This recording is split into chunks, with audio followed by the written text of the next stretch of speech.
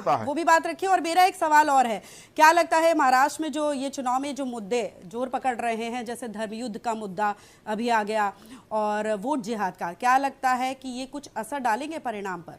मेरे दोनों मित्र हैं भाजपा के प्रवक्ता आलोक जी, मैं व्यक्तिगत तौर पे बड़ा सम्मान करता हूं, और मुन्ना खान जी, तो मैं एक बात बड़े जिम्मेदारी से बोलूंगा, और ये मेरा विश्वास है कि दोनों सम्मानित प्रवक्ता इत्तेफाक रखेंगे मेरी बात से। देखिए, ये जो चुनाव है, खासतौर पे महाराष्ट्र के, कहने को उत्तर प्रदेश के भी उपचुनाव, झारखंड के भी उपचुनाव, लेकिन महाराष्ट्र के चुनाव की बहुत अहमियत है। फाइनेंशियल कैपिटल है हिंदुस्तान का, माया नगरी है, और यहां पर बेशुमार चुनौतियां हैं। तो यहां पर समझने की आवश्यकता है कि दोनों के लिए, कहने को चुनावी मैदान में शिवसेना है, 2 गुट हैं उनके, एनसीपी के 2 गुट हैं, लेकिन कांग्रेस और भाजपा के लिए ये बहुत अहमियत रखते हैं चुनाव।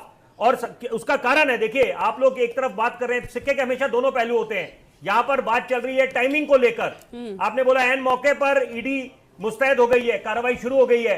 आप सिक्के का दूसरा पहलू लीजिए, क्या ये चिंता का विषय नहीं है जो इतने समय से जो ये फॉरेन फंडिंग की बात हो रही थी और ये विदेशी ताकतें, इनको दिख रहा है कि हिंदुस्तान आगे बढ़ रहा है, महाशक्ति बनने की कगार पे है, आत्मनिर्भर बनने की कगार पे है, विश्वगुरु बनने की कगार पे है, जिसका श्रेय मैं पूरे देशवासियों को देता हूं। और यहां पर क्योंकि हम सब ने ठान लिया कि हमने हिंदुस्तान को आगे ले जाना है, प्रगति की राह को और तेज करना है, तो यहां पर दुश्मन जो है, खासतौर पे कुछ विदेशी ताकतें, उनको ये बात खल रही है, पच नहीं रही है अंदर।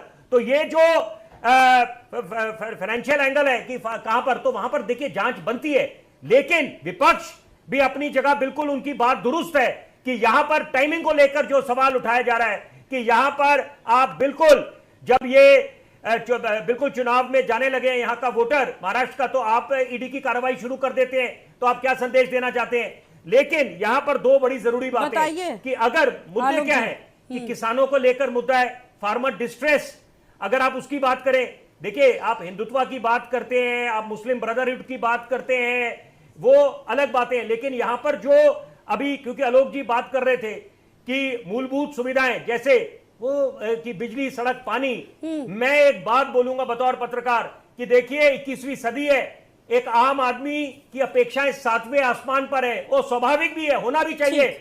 उनको क्या उम्मीद है? बिजली, सड़क, पानी तो है ही है, लेकिन अव्वल दर्जे का स्वास्थ्य मॉडल हो, शिक्षा मॉडल हो, नए state of the art expressways हो, फ्लाईओवर्स हो, ताकि आपको आप नए एम्स बने, आईआईटीज बने, आईएम्स बने।